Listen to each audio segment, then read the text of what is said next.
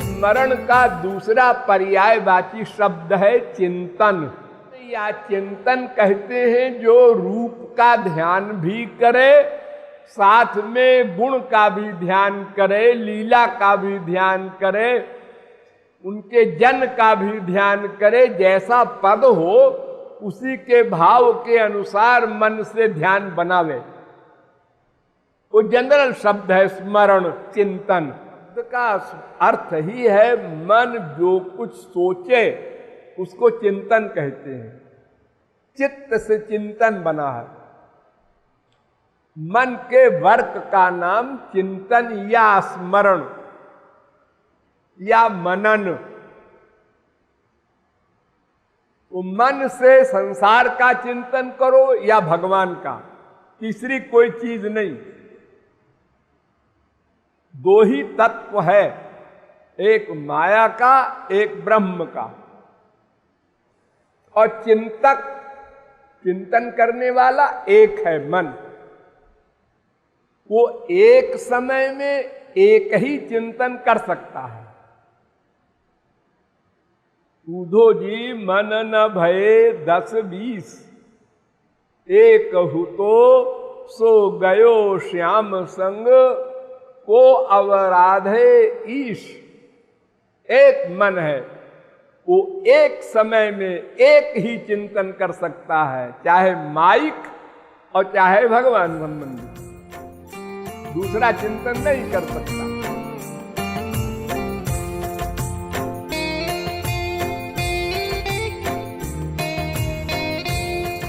चिंतन में बहुत बड़ी पावर है। भगवत प्राप्ति भी करा दे और आत्महत्या भी करा दे। चिंतन तो बार बार सोचो, भगवान के नाम में भगवान बैठे हैं, फिर उनका नाम लो तो बड़े प्यार से लोगे। कोई अंगूठी किसी को मिल जाए और पूछे किसी से कितने की होगी, और वो कह दे कि 50 रुपए की होगी, ये कांच है। अच्छा, तो जब उसको देखेगा 50 रुपए, यहाँ रख देगा वहां रख देगा, कोई परवाह नहीं, 50 की तो है। अगर कोई जौहरी आ गया, उसने कहा है 50 लाख की है, 50 लाख की है, अब उसी को देखकर कितनी खुशी हो रही है उसको। ऐसे ही अगर भगवान बैठे हैं, ये बुद्धि में बैठा करके उनका नाम लो तो बड़े प्यार से लोगे। अरे यही राधे नाम भगवान श्री कृष्ण भी लेते हैं, इतना इंपॉर्टेंट है।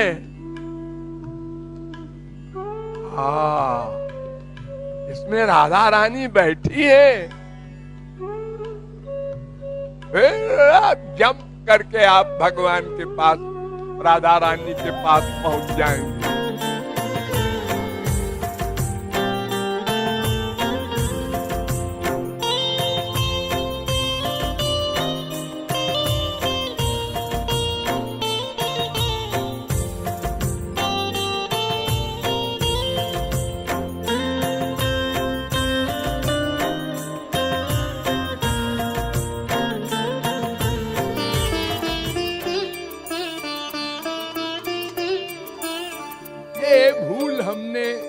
कर रखा है, कब से? सदा से। आप ये न सोचिएगा कि एक दिन विमुख हुए कैसे। लोग ये तर्क करते हैं, भोले भाले लोग, कि आखिर ये माया लगी भगवान के विमुख होने के कारण, तो भगवान के विमुख हुए क्यों? एक दिन हुए नहीं, सदा से विमुख हैं, सदा से माया लगी है।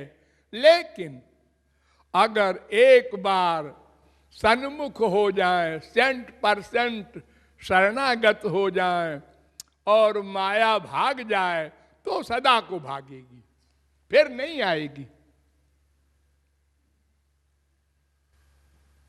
की शरण लोगे तो धोखा खाओगे। और नंबर 2, जितने मार्ग हैं सब में कड़े कड़े नियम हैं, कलयुग में असंभव है उनका पालन करना। प्लस नंबर 3, अगर किसी को स्वर्ग ही चाहिए, सिद्धि ही चाहिए, रे रे रे काहे को इस रास्ते से जा रहे हो, ये भक्ति से तो अपने आप मिल जाएगा, भगवान बड़े खुश होंगे, ले ले जा। यत् कर्म भीर यत् तपसा ज्ञान वैराग्यतश्च यत् योगेन सांख्य धर्मेण श्रेयो भीरितरैरपि सर्वं मद्भक्ति योगेन मद्भक्तो लभतेऽंजसा स्वर्गापवर्गम मद्धाम यया सर्वमवाप्यते। क्या नहीं मिल जाएगा? यद दुर्लभम यदप्राप्यम मनसो यन्न गोचरम तदप्यप्रार्थितो। बिना मांगे, कागभुसुंडी से बिना मांगे भगवान कह रहे हैं, कागभुसुंडी मांगु वर अति प्रसन्न मोहि जान अणिमादिक सिद्धि अपर निधि मोक्ष। बिना मांगे दे देंगे सब कुछ। इसलिए ये प्रश्न भी नहीं है कि हमको तो स्वर्ग चाहिए, तुम्हारे भगवान तो गोलोक देंगे, हमको वहां नहीं जाना।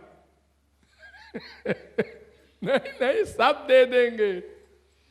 अरे वो तो यहां तक कि रावण को भी वरदान दे दिया, भगवान शंकर ने हिरण्यकशिपु को दे दिया, जो मांगोगे मिलेगा वहां, कल्प वृक्ष है। इसलिए भक्ति ही करनी है। Thank you.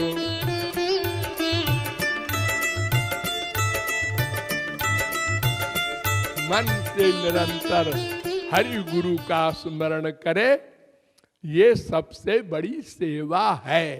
इसी सब बात भूल जाओ तो कृपालु की एक बात याद रखना कि लेने की भावना ना आने पाए, देने देने की भावना हो। अगर ईश्वरीय जगत में चलना है तो। अरे पास तो एकदम बम है, फिर क्या डर है? जिसके पास आंसू है उसके तो श्याम सुंदर मुट्ठी में है। लक्षण दिया भी है हमसे। एक बार का किस्सा बताऊं, फैक्ट का। जौनपुर में मैं लेक्चर देने गया था, ये 45 साल पहले की बात है।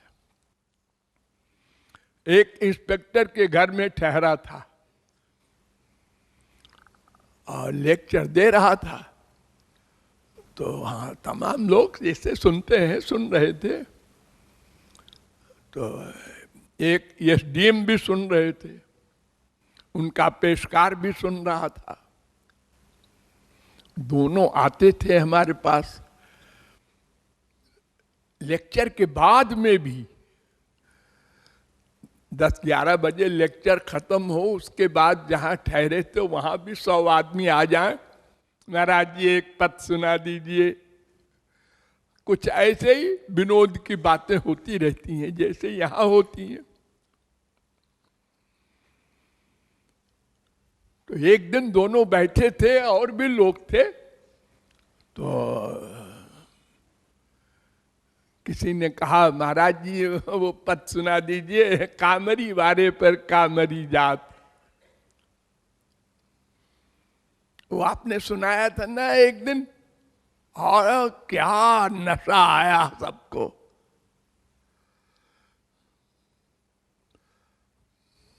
तो हमने इंस्पेक्टर साहब जो पुलिस वाले थे उनसे कहा, ओ रमेश मदिरा ला। पुस्तक का नाम है ना प्रेम रस मदिरा, उसको शार्ट में सभी लोग मदिरा बोलते हैं। सिद्धांत मदिरा, प्रेम रस इतना लंबा कौन बोले। तो हमने कहा मदिरा ला, तो उसने अपनी बीबी से कहा है तो अलमारी में रखी है।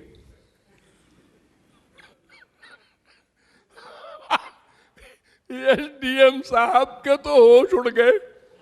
उन्होंने कहा अरे शराब भी पीते, ये जगत गुरु है। सीताराम सीताराम बड़े गुस्से में उठ के चला गया।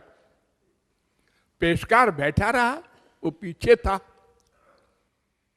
खैर हमने पद सुना दिया। उसके बाद उसने लेक्चर में आना बंद कर दिया एसडीएम ने।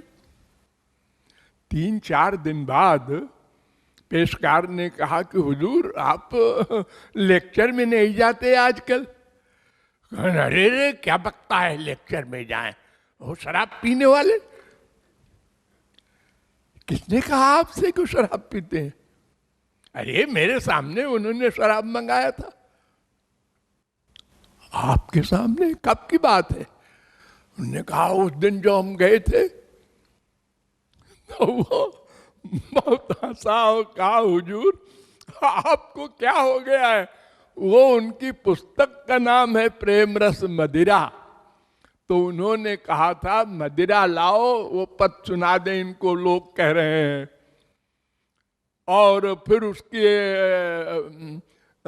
इंस्पेक्टर ने अपनी बीबी से कहा था अलमारी में रखी है वो पुस्तक मदिरा। मैं भी तो बैठा था वहीं।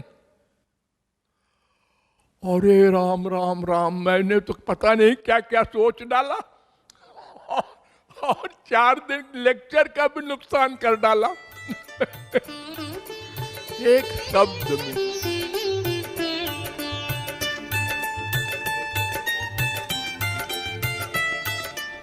इसीलिए हमारे शास्त्रों में कहा गया परस्य निंदा पैशून्यम धिक्कारम च करोति यः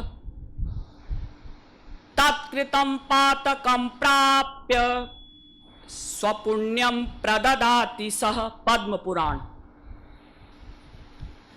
जो दूसरों की निंदा करता है, परस्य निंदा पैशून्यम, दूसरों को दोषी समझता है, धिक्कारम च करोति यः, जो दूसरों को धिक्कारता है वो तो ऐसा है, उसमें तो ये गड़बड़ी है, वो तो कामी है, वो तो क्रोधी है। तो फिर क्या होता है?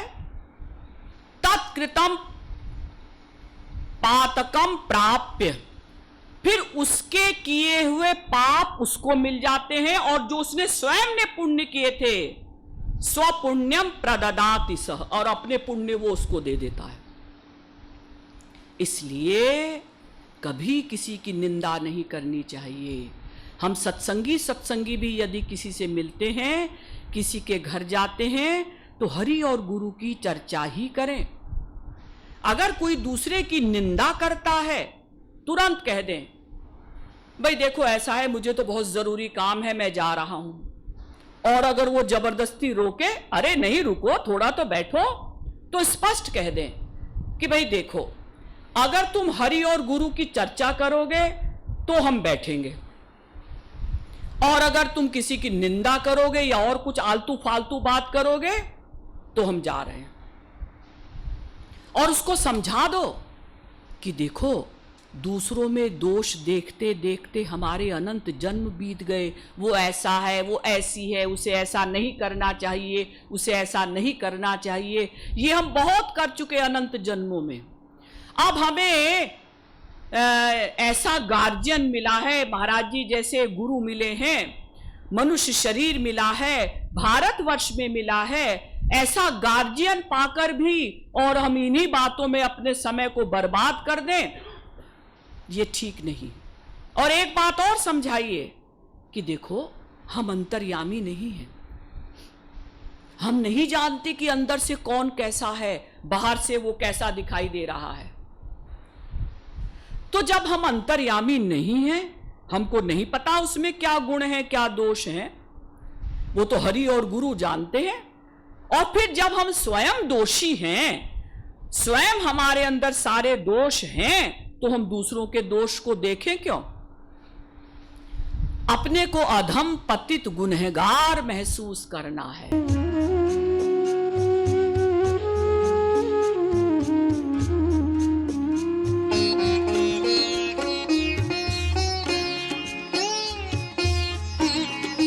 हो